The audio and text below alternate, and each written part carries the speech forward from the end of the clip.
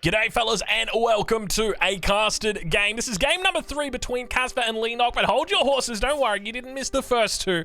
It is the first game that we're casting between these two guys, so let's introduce our players spawning in the north of the map. Representing Team GP in the color blue, playing the French, it's Leenock. And in the south of the map, playing in the color red, representing Istanbul Wildcats, it's Casper. On the Abbasid dynasty. Ladies and gentlemen, welcome to the road to Red Bull Wallalol Legacy. We are here. It is the finals, and these two guys are vying for a place in the semi-finals. We're on the opposite side of the bracket now, taking a look at the games that are happening between these two talented players vying for that position to get through and potentially face Puppy Paw in the grand finals. We've got an interesting matchup for you, Abbasid versus French. Abbasid dynasty, one of those civilizations that is slowly creeping up the leaderboard, the ladder rankings, whatever you want to call it. They are feeling good, they're looking good, they're smelling good, they are playing well. They've got a lot of great matchups and they're good against a lot of the top civilizations at the moment, which means all of a sudden they're pretty actually decent. And Leenock going to be playing the French this game, a civilization that obviously does well against most civs, but against the Abbasid in particularly has a difficult time. So I'm looking forward to seeing how Leenock plays this one, what kind of opening he's considering. So he's obviously gone for a double scout opening here, which I would say is pretty standard for the French. You would expect to see French go for a double scout opening pretty much every single time, except for maybe a water map. Even then, you'd kind of expect it. On the other side of the map, we do have a double scout opening coming through from Casper as well. Now, I'm curious whether we see any cheese out of Casper today. You guys know Casper. He is a big, even though he's Turkish, he is a big fan of cheese. He loves cheese, and I say that because I mean French, they like cheese. I mean, I'm sure Turkish people like cheese as well. I've had plenty of bareks in my life. There's lots of cheese in those bad boys. So you know what? I wouldn't be surprised if we do see some cheese out from him today. But it's going to be an interesting opening. The classic mill opening. This is something that we used to see back in the day, way back when. And it's not going to be. It's just going to be a mill opening with no wheelbarrow. Now we did see out of Vortex an interesting opening where he was going for he was going for a mill and would be taking very early on the wheelbarrow upgrade. Now, that's not going to be the case today. No wheelbarrow upgrade at all. So just going to be looking to take berries. So very curious. This might be a French thing, like specific to the French or the French matchup, just because you're not going to be able to take berries very safely. So you might as well look to try and take out all of the villagers and get them out onto berries as quickly as possible. Try and use that source of food and then get under the town center and save those villagers or save those sheep for a little bit later. So I suspect that's what we've got. We've got the age ups coming through, no surprises for us. The economic wing going to be coming out for Casper on the other side of the map. It's going to be the School of Cavalry down here for Leenock. A lot of villagers, 3 villagers rather, on that landmark. And during the transition period, we can expect to see him look to add in a mill, look to add in the wheelbarrow upgrade as well. And then hopefully it'll be a second town center from him at about the 7th to 8th minute mark. I'll expect it between 1 and 2 knights to come out, and judging by the fact he's only got 3 villagers on gold, that's probably more likely to be only 1 knight coming out for him. Wheelbarrow, though, going to be on the way in for him. We see that 4th villager now coming out to the gold, so it seems more and more likely that it might be 1 or it might be 2 knights. We'll have to wait and see how he plays. But we can see that he's still yet to open up onto the sheep. Still yet to take out the stone outcropping. One of the things to note is before the age up comes through for Casper, he'll be looking to pick up that wheelbarrow. He'll also be making sure to grab enough resources there for his fresh foodstuffs. Fresh foodstuffs, one of the most important upgrades in the game, unique to the Abbasid dynasty, unique to the economic wing. Going to enable them to reduce the cost of their villages down by 50%, which is kind of wild when you think about it, going from 50 food to 25 food in the feudal age very early on in the game. And we're still yet to see that wheelbarrow. Go on, Casper, click it. There we go. He clicks it. I clicked it for him, I'll be honest. But and now all of a sudden, things are starting to look a little bit heated over on the other side of the map as Casper once again applying pressure to this gold mine. 4 villagers just on the gold for now for Leenock. He's got that wheelbarrow coming through himself. Has more than enough villagers out here on gold and will now have enough resources to stack up at least 1 knight. Casper reaches the feudal age. We'll check and see whether we've got a barracks coming down for him. Typically in this matchup, you would look to see a barracks come down before a second town center does come out, just simply because those spears are going to help you get that TC into position. Doesn't look like it's going to be the case just yet. We can see he's sitting up on 160. Little bit of idle population. Oh, geez, he squeezed that one right in time. Fresh foodstuffs now coming in. We'll check in over on the other side of the map and see how Leenock is doing. It's going to be 1 knight in the queue, and he's up to more than enough gold for a second knight, or about to have enough gold for that second knight. I'm curious if he continues going though, because typically in this matchup, what you would expect to see, there we go. Now it's the archery range coming down, and these villagers should move to stone after he drops that archery range down. So very smart from him going for the archery range before he goes for that second town center. And now the barracks coming down from Casper, going to be looking to defend against that early knight pressure. And we do see that knight moving across the map. He's going to have to get that hardened upgrade as well. Do not forget about that. Wheelbarrow coming in, fresh foodstuffs. He's got enough gold for the hardened upgrade. So ideally, you'd like to see the spearmen come out, maybe 1 or 2, and then move into that hardened upgrade. But a little bit of idle time now. It's going to be a stable that gets thrown down as well. So just sticking to the 1 TC for the moment for Casper. Keeping it real. I'm waiting for the knight to ram these villagers, but we're still yet to see it. He's got no line of sight down in this position, just sort of scouting around the edges of the map. Casper keeping tabs on him, exactly where he's going. And now Leenock going to be spotting out that stone and just checking whether he's got stone being gathered up just yet. He'll double check. Okay, no stone being gathered. I'll head back the other way. Might look for an angle on the berries as the scout moves out. Doesn't see any villagers here. And we talked about this a bit earlier. Part of the reason, or at least my suspicion, was why he took these berries early on was so that he could just run away. Now he's got the safety underneath the town center. So smart moves here from Casper. Second knight is out. We'll ride back on board with him and see how he's doing. And Leenock is indeed adding in the mining camp. And already a barracks coming down from Leenock early on in this game. Not something that you typically see out of the French. A 1-1-1 is... Can I get an IP check on Leenock? I know he's meant to be playing out of Korea, but something tells me this could be GUA playing out of the United States right now. This is a classic GUA build here. The 1-1-1. 1 barracks, 1 archery range, 1 school of cavalry, and he's going to look to barrel down the hatches at his opponent. I'm curious where he goes from here. Now, typically, we do see him actually taking the stone. Not a lot of villagers on stone, which makes me think, do we have a potential arrow slit follow-up onto this? Only 3 villagers on stone. Now, that's going to get scouted out by Casper. He's going to say, okay, my enemy's on stone as well. Well, good thing I'm on stone. Back here. Knights moving in. Might be able to get a charge off here. There they go. Hit the spearman as the spearman turns around. Terrible timing there. It's a double charge on the spear. Going to get taken out. Unfortunate timing back home. It looks like the Casper going to be falling back away from that position. 4 villagers now onto stone out here as well. And we'll double check exactly how much stone has been taken off. There's been 6 stone taken off there. Coming in for a charge on another villager. It's a double charge. It's a double kill, baby. That's how they do it, those French players. You blink for a second and you've lost an entire villager. That is how it goes. But now Leenock looking to move more units out. We see a blacksmith coming down. He's playing this very well. I'm loving this opening from Leenock. Aggression. He's feigning aggression. His enemy has spotted the bags. His enemy obviously knows that there's archers out on the field. We can see there's just a handful of units back here, back home. And now the spear's getting out. Beautiful little trades. Managed to take out a knight. Managed to take out the scout. Leenock falling asleep at the keyboard. Something that you rarely see. Leenock known for his ability to just stay awake for a long period of time and really just grind out games. The knight's going to get off some decent trades here, but another knight might be going down. Oh, my lord, it stays alive with 6 health.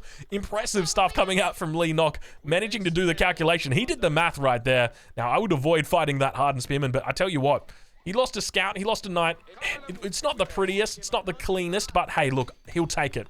Now that second town center going to be coming up shortly. Most likely moving in the middle, and what a beautiful spot for a second town center. Oh my lord, this is what dreams are made of. Look at this right here. We have got a beautiful deer patch sitting close to a berry patch and a boar nearby. This is what dreams are made of, ladies and gentlemen. And of course, it's right in the middle, so it means that you can pop down your production facilities nice and close. I'm assuming that's where he's going to go. Okay, and that's exactly where he does go. This is by far like your 10 out of 10. You know when, like, have you guys ever played Civilization and you're looking at starts and you're like, yeah, see, this one's a good start, but this one here, this is the perfect start. You can like guarantee where that starting location is going to go for your capital. I feel like it's the same here for that second TC. Like, you can pretty much guarantee that town center is going to go there. It is such a damn good location. But now Leenock going to be scooting around the edges. Hey, where's my music? Someone contact the orchestra. Hey, Johnny, get that orchestra playing. Where are they? I don't know what happens here, but sometimes my music just stops. Now, interestingly, Leenock's still using the 6 health Royal Knight. Kind of wild for him to do that. Second TC going to be coming up from Casper. Not really doing much, though. And that's the big factor, right? Like, you would love to see this, ideally, on a hunt on berries. And it's just going to come down on the front, so it's not really doing much. And that's an important fact. Ideally, you'd love to see it down here. Or even over here. This would be a wonderful spot for him. Very far away, though, and that's the consequence. If he does go over in that area, Leenock going to be easily able to punish that. He's got more units out. It's just that classic early French aggression. Because they start off with this school of cavalry, it means they don't have to invest that 150 wood in the stable. It means they're able to get you idle a little bit earlier because they've got access to those royal knights. It's a civilization that just goes really well. And damn, man, I am really missing that audio. Give me those. Where is that music right now? Just give me a little bit. Come on, I'm gonna switch. I'm gonna zoom in a little bit. I'm gonna select some military. No, doesn't want to come back. Don't worry, it'll come back. It'll come back when maybe like when some villagers are burning stuff down, if that happens. Otherwise, we just chill out for the moment. I will be your music. That's Drongo, you're a terrible guitar. Don't ever be a guitar again. Spearman moving back. He looks to pull the boar. A little bit of a mistake there. Unfortunately, needed to pull it towards the town center. Would have loved to have seen him bring back a scout to do this, but now going to be losing Spearman, potentially. Nope. Just going to be a low health Spearman. He drops down a mill, and you might be looking at that going, oh, that's a terrible decision. I mean, it costs 25 wood. It's not a big deal. Chivalry now coming through. And Leenock scouting out towards the northern position. We talked about this a bit earlier. It's a beautiful spot. You'd love to have a TC up there, but unfortunately not going to be that good. And hold on a minute. We got 3 TCs coming down for Caspar, and he's still gathering stone. So just when you thought this guy was getting a raw deal, he says, well, actually, I'm getting a pretty decent deal. I got my 3rd TC up. Now, remember, one of the big factors with the French is that they make their villages faster. Each villager comes out a little bit faster, 18 seconds, compared to the typical 20 seconds. So they're cutting 10% off. They're skimming 10% off the top. And as a result, it means that their villager count is going to slowly but steadily overtake the enemy if they remain on 2 TCs as well. So 45 villagers now versus 43 for Caspar. Caspar has added in the 3rd TC. So we've essentially got, what is it, like 2.2 TCs from the French? And then you've got 3 TCs for the Abbasid dynasty. So definitely gets a nice little economic lead there, Caspar does. Now, the big factor for him is he just needs to stay in his base. He's got 3 TCs. Don't push out right now, Caspar. This is not a wise move. Pushing out right now will only serve to hurt you. You've got everything that you need to keep yourself doing well. But he is going to push out. He's not going to heed my advice, and it's a good thing he doesn't. He's a very good player. He doesn't need my advice. He's more than capable himself, and he looks to try and put some pressure on towards his enemy now, forcing a little bit of idle time away from that boar. The one Abbasid unit that does go down screams out in pain, screams out and hates that he's the one that has been killed here. We see the units from Leenock slowly but steadily healing up. So he's gone from a 6 health Royal Knight already back up to a 60% Royal Knight. And that's what makes Chivalry so damn strong. It basically just gives you new units. Scout spotting out that raid towards the north. He's already got walls up towards this position just to make sure that nothing comes through on the back. I think we might have already had an overchop. I suspect that's a dead elm tree. But I tell you what, that looks like you could easily, you can back a truck through that right there. That is more than enough space. We'll check in with the military count though. 28 military at the moment for Leenock, 31 for Caspar. He's also going for the textiles upgrade. I was going to say the gas lighting upgrade, but I don't think that that's an upgrade in Age of Empires 4. It's an upgrade in Age of Empires 3. I'll give you guys that one, but not in Age of Empires 4. More outposts coming up. Caspar looking to secure the hunt down towards the south side. Trying to do a little bit of a run by up towards this position. Not going to have any luck. Might scout out that wall. Let's see if he can back up the dump truck through there. It doesn't look like he tries to. Gets taken out for his worries. And now Caspar's starting to think about a castle age potentially, not really sticking it out with the feudal age. I'm curious if he's got the phalanx upgrade just yet. He doesn't have the phalanx upgrade just yet. So not going to be able to have those extended spears just quite now. But we'll check in over on the other side, Leenock. He's thinking about committing to the feudal, and I like Leenock's play. I think this is super smart. And one of the big things in this matchup, I mean, for me, the way I'm watching Caspar play, it's very, very greedy. Why is it greedy? Well, Caspar's, think about it from the perspective of like, okay, how can you win in the game? Like economy, technology, military, all those things, right? So Caspar has said, well, I'm going to try winning in economy. And so he's built a 3rd TC. And he's invested resources in that, 700 to be exact. And now he said, well, I'm also going to try winning with tech. And he invests 1,800 resources in that. So now you've got 2,500 resources that have been spent on things that aren't units. And while Caspar's army might look menacing, while it might look fierce and ferocious, the reality is that Leenock is spending 100% of his resources that aren't going into villages on military, on production, on housing space, on absolute insane amounts of military. And he is also researching siege engineering, which has just come through. So I would suspect that Leenock is really going to be looking for that big feudal push. Now the question is, how does his enemy react to this? Because realistically, Leenock is able to just pretty much stick it out with the units that he's got. And this is the thing about French. They are happy fighting a 25-minute feudal age fight. Sure, their knights aren't going to be as strong, but they've got advantages. They've got things like chivalry. If you've got good enough micro, you don't need to worry about your knights not having the extra little bit of attack on them, the extra little bit of health on them, because you've got that chivalry that you can always fall back on. It enables you to take those really good trades. And now the knights posturing down to the south side, once again calling away the units from his enemy. He's going to spot out that third town center and say, oh, I might be behind on the economy a little bit right now. And speaking of economy, Leenock sitting on 64 economic units at the moment compared to 75 of Caspar. We do see that phalanx upgrade coming through. Veteran Spearman going to be on the way as well. And for the most part, I mean, where is the military for Caspar? He's got 2 horsemen up here, big military down here, 30 population, 41 in total. Decent. I'm impressed by Caspar, the fact that he hasn't died yet. That doesn't mean that he won't die, though. And we'll check in over on the other side as Leenock. He is pushing out with a huge amount of units, getting a nice, decent charge here. He's going to be picking up villages. 2 go down. Third one going to be going down shortly. There she goes, screaming out in pain. There's the music. The orchestra is back, ladies and gentlemen. And the conductor, he is awoken from his slumber. And now look at these cute little archer raids coming out here over on the east side of the map. Outposts getting spammed out as quickly as possible. Quick, John, make the outposts. Actually, it's John. Actually, no, the Abbasid dynasty. It's probably Hamid. Hamid making up some, because it's Abbasid dynasty, right? Like it's Hamid and Muhammad. They're making outposts. Quickly, put the outpost down.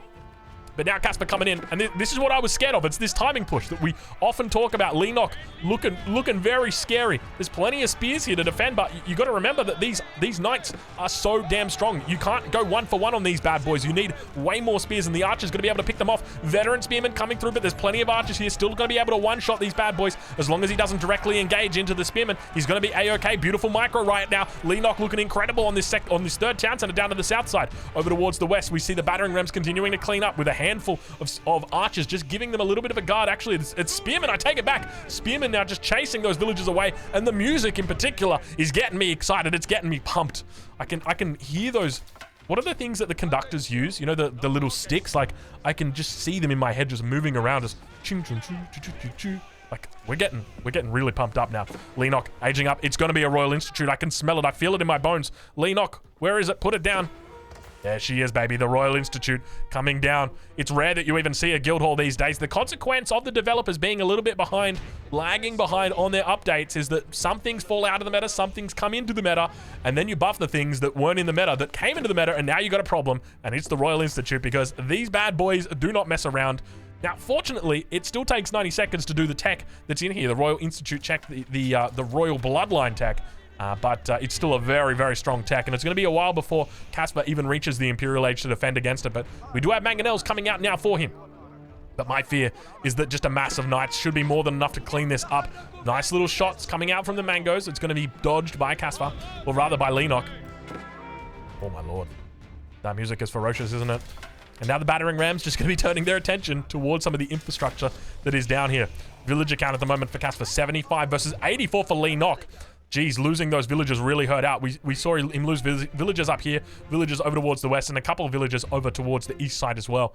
So Leenock doing a great job of just staying in the game, not panicking, and keeping it all together. Down to the south, the spearmen continue just looking to try and take down the town center. Men-at-Arms going to be coming out for Leenock. He's got 6 of these bad boys in queue. Farm transition also beginning for him. Only got a few deer back here, and now breaking through over on the east side. Villagers do go down. He's taken out 3 villagers. They've avoided going into the outpost, and now going to be jumping back. What is Caspar doing? Caspar, wake up! Caspar, wake up! There is military units on your wood line. Town center going down towards the south side. He's got units that are able to clean this up, but unfortunately loses the second town center. Leenock all over Caspar right now. Things are looking terrible for the Istanbul Wildcat representative. Things are not looking pretty. Archers moving out. Mangonels trying to join the party as well, but obviously the Mangonels, the big factor here is the lack of speed, and you can see them coming out right now. I tell you what, if there was a bomb on board these bad boys, they would be blown up, because there's no way these guys are passing 60, and he's trying his best to hold on. The Archer's just chilling out for the moment. Let's check on board with Caspar. He's down to 73 villagers, 92 for Leenock. He's looking healthy, he's looking happy, and now we see the tier 2 upgrades coming through. Wedge rivets. He's looking to pick up level 1 economic upgrades as well. Rare to see Leenock get level 1 economic upgrades this late. Typically, you see him pick them up before the 10-minute mark. So, interesting opening here from him. a very rare occasion that he picks them up this late. We'll check in with the Royal Institute, see whether any upgrades have come through. Not yet to see anything. The only upgrade that's gone through has been that upgrade for the Knights. Of course, it is the oh my lord, I'm drawing a blank right here. The Chivalry, which was done at the Royal not at the Royal Institute. Nice little quick wall attempt. Not going to be successful. The Knights will make it away. And they do indeed get through. Might be able to pick up a couple of villages here if he's paying attention. He's not paying attention. And continues moving forward. Third TC getting dropped down once again towards the north. Casper trying his best to keep his head above water. The longer this game goes on, the better it is for Casper. But remember, at this point in time, Leenock has a huge lead. A massive lead. 120 population versus 156. His macro is looking impeccable. And now he's got a key coming up in the middle that's going to be looking to reduce the cost down of these units even further. Casper in a very difficult spot. Leenock looking incredibly strong. Trying to chase away these villagers. We'll be able to do it. Archer's moving forward. We're still yet to see any super duper big upgrades. He's only got the +1 or +2 ranged armor. Men-at-Arms going to be coming out though. He's got the +2 melee because he is playing the French. And now looking to push down upon these units. The Men-at-Arms going to be definitely slicing things up. I think crossbows might be the way that Casper needs to go. Let's see if he's got any in queue. Unfortunately, none in queue. He's going to be opting for Lancers instead. An interesting decision. Just sticking with the trash for now. He's going archers and spears. The archers will do well against enemy spearmen, against enemy archers, and the spears will do well against the veteran Royal Knights. But the problem that you're going to have with these men-at-arms, 6 armor on these bad boys. Your archers are only doing 7 damage, so they're barely scratching the surface. Look at that right there. Mangonel's moving forward, though. A lot of armored units coming out right now for Leenock. Keep in mind, he's still got plenty of units up here towards the north. He never even left the walls. Men-at-arms running behind the enemy walls. Things are not looking pretty right now. Leenock just running all over this map. Archers trying to come back for a bit of a screen. The spearmen will make it back in time. Mangonels do be kept safe. They do be keeping a little bit of safety, those Mangonels. Oh, geez, Drongo. You gotta be... oh, geez, Drongo. Archers now forcing this position away. There's a lot of villagers up here. Casper getting caught with the pants down. 45 villagers going to have to be falling back away from this. He's got 79 villagers. 45 are currently idle. Well, in addition to those 8 that are actually idle, these guys are just running for their lives. It's a little bit different. And now attention turned towards that town center. Things really not looking pretty. Oh my lord, there's so many idle villagers right now for Casper. Leenock having an absolute field day. Royal Bloodlines is coming through for him as well. So if you were looking for a way to finish the game off, you've found it. It's Royal Bloodlines. But I don't even think Leenock's going to need it at this point. He's just running rings around Casper. And remember at this point, ladies and gentlemen, that this is game number 3 in this series. Now, we didn't cover the first 2, so if you go looking for those, you aren't going to find them. We did not cover the first 2 games. The winner of this is the quarterfinals, will move through to the semi-finals. And we'll be taking on the winner of Vortex or Beastie. Whoever it is that won that game, they will be going through, or this person will be going through. At this point in time, it looks like Leenock is going to be going through. It seems very difficult for Casper to pull something back. Population 111 versus 174.